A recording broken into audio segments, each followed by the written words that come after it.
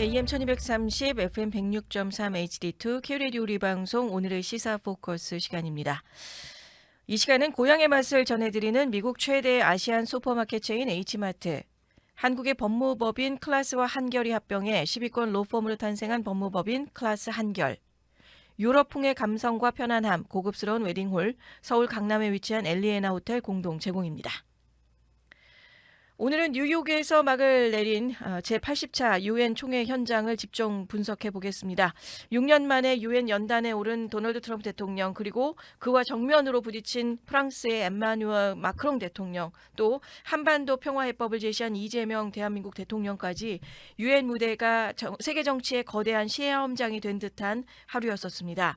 미국의 입장에서 이번 유엔 총회는 어떤 의미가 있을지, 또 트럼프 대통령의 메시지 속에 담긴 미국의 전략을 함께 들여다보도록 하겠습니다.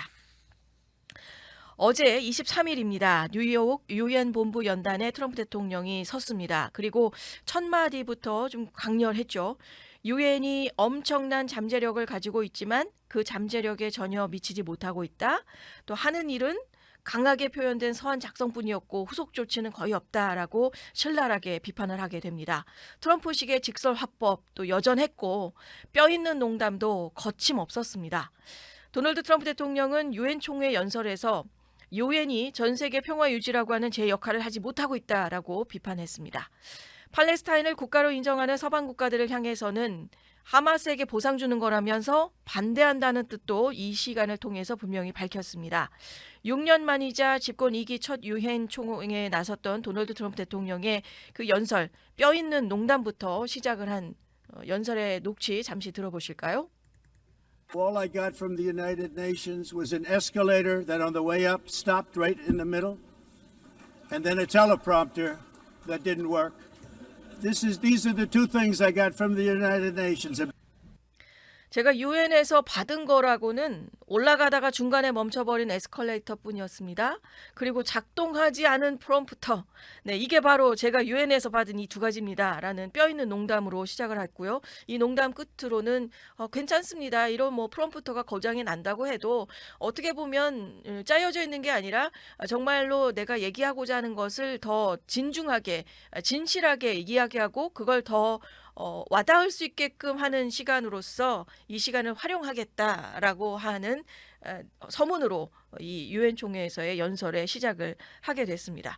에스컬레이터가 좀 어떻게 보면은 타이밍에 그때 또 그렇게 고장이 났는지도 모르겠습니다. 아무튼 에스컬레이터 고장 났죠. 또 자막기도 그 연설하면은 연사 앞에 그 연설문이 지나가면서 프롬프터가 보여지게 되는데 그 프롬프터도 작동을 하지 않자 자신이 죄 치움 이후에 7개의 전쟁 종식을 중쟁하는 동안에 유엔으로부터 아무 도움도 받지 못했던 것을 지적을 하고 있었습니다. 자, 그리고 이런 연설도 있었습니다. We were never helped by the UN. The UN has tremendous potential. Tremendous potential. It's going to hopefully put out the wars themselves. I mean, someday it's going to do what I've been doing, and they should be able to do it. 유엔의 도움을 받은 적이 없습니다라고 얘기하고 있고요. 유엔이 엄청난 잠재력을 가지고 있는데 또 언젠가는 스스로 전쟁을 끝낼 수 있어야 되겠고 그동안에 해온 일을 사실 유엔이 해야 되고 충분히 할 수 있어야 된다라면서 유엔이 해야 됐던 일들에 대한 지적도 좀 있게 되었다는 것입니다. 트럼프 대통령은 영국과 캐나다 등의 서방국들이 잇따라서 팔레스타인의 국가 지위를 인정하는 것에 대해서 팔레스타인 무장정파인 하마스의 만행에 대한 너무 큰 보상이 되겠다라는 것으로 반대를 합니다. 또 유엔을 향한 트럼프 대통령의 공격은 강대국 간의 대치, 또 미국의 지원금 중단으로 유엔 체제가 전례 없는 위기를 겪고 있는 상황에서 나오게 된 것이고, 트럼프 대통령이 57분간 이어졌던 유엔 연설에서 북한의 핵을 포함한 한반도의 정세가 언급되지 않았던 것도 좀 굉장히 특징으로 자리를 하고 있었습니다. 눈길을 끈 게 바로 북한 언급의 부재입니다. 트럼프 대통령이 일기 행정부 시절에는 4번의 유엔 총회 연설에서 3번이나 북한의 문제를 거론했는데 이번에는 단 한마디도 하지 않았다는 점이 좀 눈에 띄고 있었고요. 취임 이후에 김정은 위원장과의 대화를 여러 차례 언급했지만 정작 유엔 무대에서는 침묵을 택한 것입니다. 이것이 바로 이제 북미 협상 재개를 위한 불미 계산일 건지 아니면 북한을 압박하기 위한 전략적인 무시일 건지 이걸 좀 우리가 생각해 볼 필요가 있겠습니다. 워싱턴 외교가에서는 북한 문제를 양자 협상으로 끌고 가려는 의도다라고 하는 해석이 나오고 있습니다. 그리고 트럼프 대통령의 대표적인 공격 대상이라고 한다면 정책 가운데에서의 기후변화 정책입니다. 이 연설 안에서도 이 내용들을 좀 상당히 돌직구를 날려가면서 이야기한 부분들이 있었는데요. 유엔이 주도해온 글로벌 기후변화 대응 정책이나 탄소 저감 정책에 대해서도 이거는 심지어 최대의 사기극이다라는 표현으로 강력한 표현을 하게 됐고요.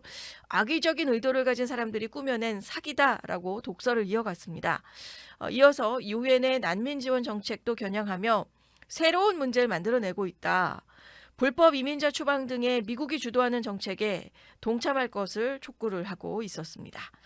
1980년대의 유엔 관계자들이 예측한 재앙이 일어나지 않았다라고 지적을 하면서 이 녹색 사기에서 벗어나지 않으면 나라가 실패할 것이다라고 경고를 했다는 점입니다. 미국 내의 화석연료 산업을 지지하는 전통적인 지지층을 향한 메시지로 해석이 되고 있고 또 이민 문제도 빼놓지 않았습니다. 유엔이 불법 이민을 지원하고 있다라고 하면서 불법 입국자가 감옥에 가거나 왔던 곳으로 돌아가거나 어쩌면 더 먼 곳으로 가게 될 것이라며 강경한 입장을 유엔이라는 연설의 시간 안에서 재확인을 하게 됐다는 것이죠. 그리고 경제 분야에서는 에너지 비용이나 식료품 가격, 주택담보대출 금리가 모두 하락했고 인플레이션 종식됐고 오직 주식시장만 상승했다라며 경제 성과에 대한 홍보의 시간도 가지게 됐었습니다. 자, 여기에 대해서 트럼프의 강경 발언에 가장 먼저 맞선 인물은 프랑스의 마크롱 대통령이었습니다. 연설 직후의 인터뷰에서 노벨 평화상을 원한다면 가자 전쟁부터 멈추라면서 트럼프 대통령을 공개 압박을 했습니다. 마크롱 대통령이 미국이 이스라엘에게 무기를 공급하고 가자 지구의 전쟁을 사실상 연장하고 있다는 내용을 유엔을 통해서 지적을 했고 또 상황을 바꿀 수 있는 사람이란다면 이게 바로 단 한 명인 미국 대통령이라고 하면서 트럼프에게 이스라엘의 그 압박을 요구하는 시간도 있었고요. 팔레스타인 국가 인정 문제에서도 프랑스와 미국의 그 두 정상이 날카롭게 대립하는 모습을 보여준 게 어제 유엔에서의 좀 주요 하이라이트 중에 하나로 자리를 하고도 있었습니다. 트럼프 대통령은 영국이나 캐나다, 호주 그리고 프랑스까지 팔레스타인 국가로 인정한 움직임을 하마스의 잔악행위에 대한 보상이라고 비판을 했습니다. 반면에 마크롱 대통령은 오히려 하마스를 고립시키는 방법이라고 이제 맞받았는데요. 여기에 마크롱 대통령은 사실 유엔 연설이 있기 전에 좀 흥미로운 해프닝도 있었습니다. 트럼프 대통령의 차량 행렬 때문에 마크롱 대통령이 뉴욕 거리 한복판에서 꼼짝 못하고 갇히게 된 겁니다. 자, 이럴 때 좀 그 마크롱 대통령이 그 시민들처럼 통제선 뒤에서 대기를 했어야 됐고 이때 뉴욕 거리를 걷다가 길이 막혀버리게 된 거죠. 요즘 말로 뭐 길틀막 뭐 이렇게 된 겁니다. 그래서 이 이유가 보니까 트럼프 대통령의 행렬이 오고 있어서 길을 열어주지 않는다는 거였는데 주변에 기자들도 있었고 취재단들도 함께 있었던 거였기 때문에 이 장면을 고스란히 녹화를 하고 또 릴리즈가 될 수가 있었던 거고 이때 에마뉴엘 마크롱 대통령이 일단은 그 경찰에게 하는 그 얘기가 좀 있었습니다. 이 얘기가 뭐냐면 지금 한 10명 정도가 나랑 지금 같이 있는데 프랑스 대사관에 지금 가는 길이다라고 이야기를 하는 장면이 됩니다. Now I have 10 people with me. I go to the French embassy. 네, 10 people with me, I go to French embassy라는 이야기를 하죠. 자, 그러는데 이때 뉴욕 경찰이 대통령님 정말 죄송한데 지금 모든 게 멈춰 있습니다. 차량 행렬이 오고 있어서 그렇습니다. 어떻게 할 수가 없습니다라고 답을 하게 됩니다. I'm sorry, President. I'm really sorry. It's just that everything's frozen right now. There's a border keep coming right. That's why. I'm sorry. 네, 이러자 마크롱 대통령이 곧바로 전화기를 꺼내 들고 트럼프 대통령에게 전화를 거는 거죠. How are you? Guess what? I'm waiting the street because everything is frozen for you. Yeah, I know. I will follow. But you know, after I would love if we can have a short discussion with Qatar and you on the situation in Gaza because we were. 자, 유엔 연설 이전에 있었던 이런 상황 가운데에서 마크롱 프랑스 대통령은 트럼프 대통령 때문에 나 여기 가지도 못하고 여기 그 막혀 있다. 다 여기다 멈춰 있다. 그리고 곧 가겠다. 그리고는 이때 이제 그 말미 가운데 있다가 카타르 그리고 가자 상황에 대해서 좀 짧게 얘기하면 좋겠다라는 그 외교적인 시간을 활용하고 있었던 마크롱 대통령이기도 했습니다. 전화를 마친 마크롱 대통령이 한 30분 정도 뉴욕을 걸었고요. 또 시민들과 사진을 찍으면서 있었던 내용들도 계속 좀 포스팅이 되고 있었습니다.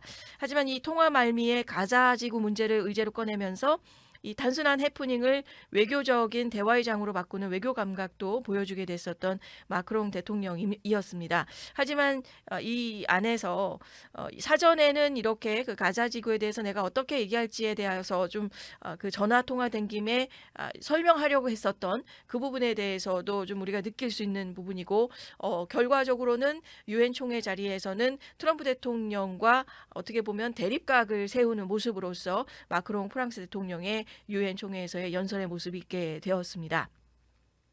이 두 정상의 모습만 봤을 때는 더 이상 브로맨스가 아닌 노골적인 경쟁자임을 확인하는 시간이 어제 유엔 총회에서 있게 됐었던 거고 프랑스 언론에서도 이것을 두고 노벨상에 대한 트럼프의 열망을 자극해서 정책 변화를 끌어내려는 마크롱의 승부수였다라고 평가를 하고 있습니다.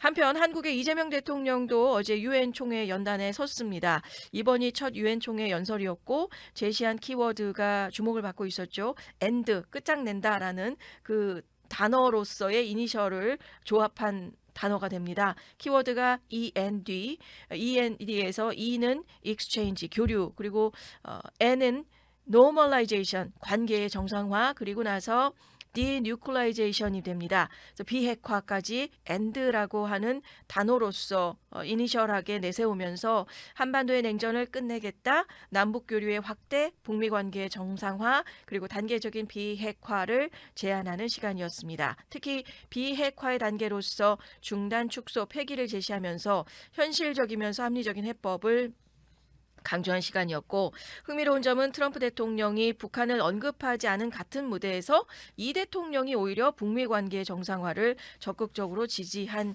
시간이 좀 되었다라는 점을 우리가 조명해 볼 필요가 있겠고요. 한국이 북미 협상 재개에서의 촉진자 역할을 하겠다는 그 의지가 국제사회를 천명했다라는 것으로 해석을 하고 있습니다.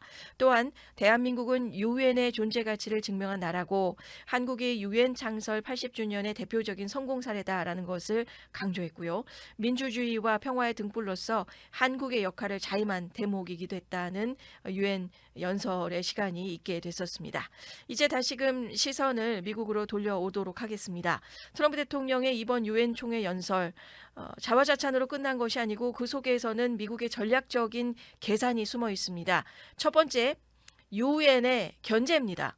트럼프 1기 행정부 시절부터 유엔을 비효율적이고 반미적이라고 비판해 왔습니다. 이번에도 아주 대놓고 적나라하게 유엔의 무능을 강조하면서 내가 받은 거라고는 고장난 에스컬레이터에 고장난 프롬프터밖에 없다. 이런 뼈 때리는 농담을 하게 됐었던 트럼프 대통령이었는데요. 미국이 독자적으로 세계 문제를 해결할 능력이 있다는 점을 이 시간을 통해서 부각을 했다라는 것이고 이게 곧 마가라는 미국의 우선주의의 핵심이고 미국 내의 지지층을 결집하기 위한 메시지이기도 했다는 것이고요. 그리고 두 번째로 중동 전략입니다. 트럼프는 이스라엘의 지원을 굳건히 고수하면서도 미국이 평화 중재의 키다, 열쇠다라는 것을 강조하는 시간이었고 마크롱 프랑스 대통령의 도발을 역이용해서 미국 없이는 어떤 해결도 없다라는 사실을 다시 한번 확인시킨 셈이 됐습니다.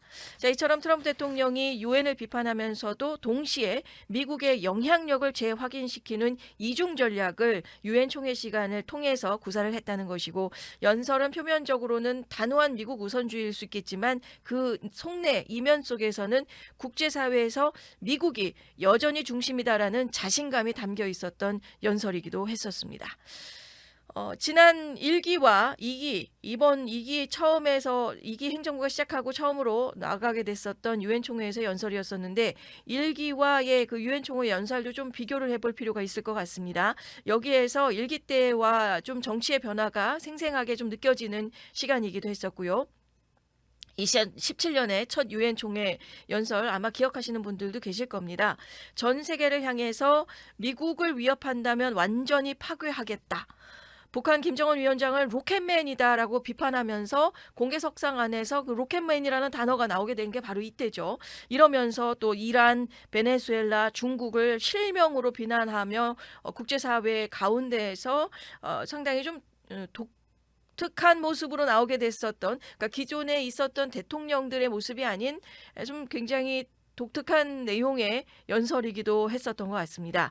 외교적인 수사라기보다는 거의 선거 유세에 가까웠었던 직설이었고, 트럼프가 유엔의 한가운데에서 아메리카 포스트를 천명하면서 동맹국에도 경고를 날린 모습이었다는 것이죠. 그때 트럼프의 전략은 단순했습니다. 적을 만들고 적을 향해서 큰 소리치고 미국의 힘을 과시해서 지지층을 결집시키는 것.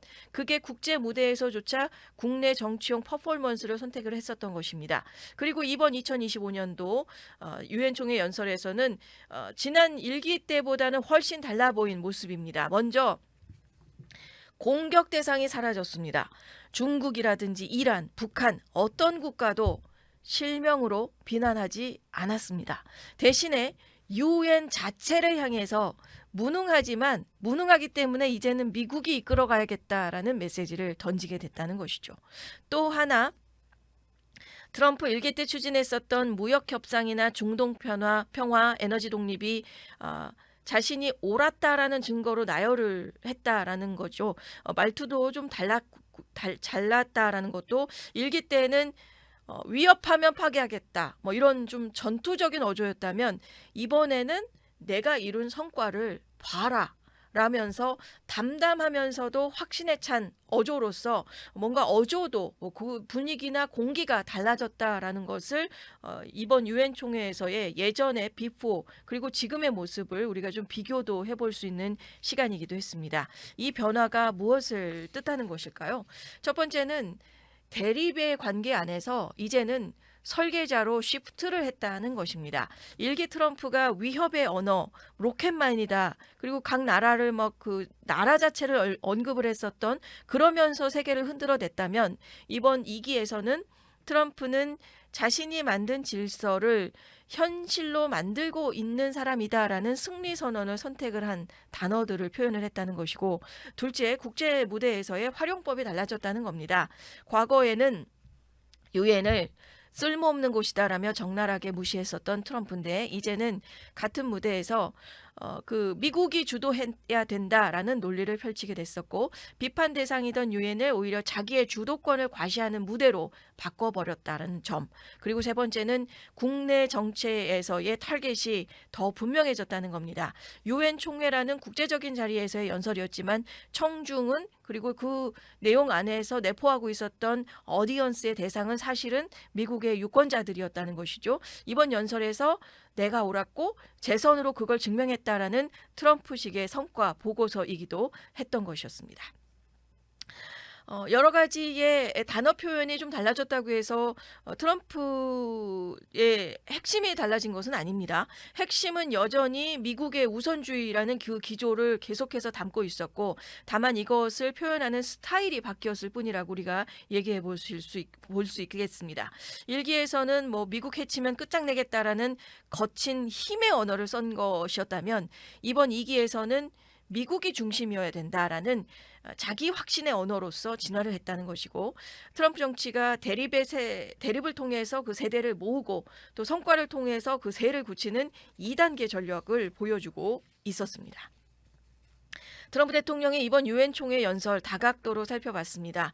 유엔을 비판했다든지 중동의 전략, 그리고 1기와 2기를 아우르는 트럼프 정치 스타일의 변화를 한번 짚어봤는데요. 무엇보다도 눈에 띄는 건 트럼프가 여전히 미국을 위대하게라는 깃발을 내려놓지 않았다는 점입니다. 일기 때에 트럼프가 강한 언어로 세상을 흔들면서 미국을 다시 위대하게 만들겠다는 약속을 외쳤다면 2기 트럼프에서는 이제 그 약속을 이제는 내가 이루어냈다라는 성과와 자신감으로 채워놓고 있었습니다. 이번 연설회에서도 유엔을 향해서 미국 없이는 어떤 문제도 해결될 수 없다는 메시지를 던졌고 또 미국이 세계의 중심임을 거듭 강조하는 시간이었습니다. 거친 공격 대신에 미국의 성취를 나열하면서 미국이 선택한 길이 옳았음을 확인시켜준 시간이었고 이것이 바로 트럼프 정치의 힘이 되고 있고 말투는 달라졌어도 그 안에 흐르고 있는 미국을 우선하고 미국을 더 강하게 만든다는 기조는 단 한 번도 흔들린 적이 없습니다. 일관성을 가지고서 트럼프가 지지층에게 깊은 신뢰를 주는 이유인지도 모르겠습니다. 트럼프 대통령이 유엔 무대에서도 미국의 이익을 최우선에 두면서 세계가 미국의 리더십을 인정을 할 때 비로소 평화가 가능하다는 메시지를 전한 시간이었습니다. 단순한 정치적인 슬로건이 아니고 그가 미국을 위해서 일하겠다는 약속의 연장선으로 볼 수 있겠고요. 트럼프 대통령이 외쳤던 미국을 위대하게 이 구호가 이번 유엔 총회에서도 변함없이 울려 퍼졌다는 것입니다. 그리고 그 기조가 앞으로의 국제 정치에서도 어떤 변화를 만들어낼지 계속해서 지켜보게 되는 것 같습니다.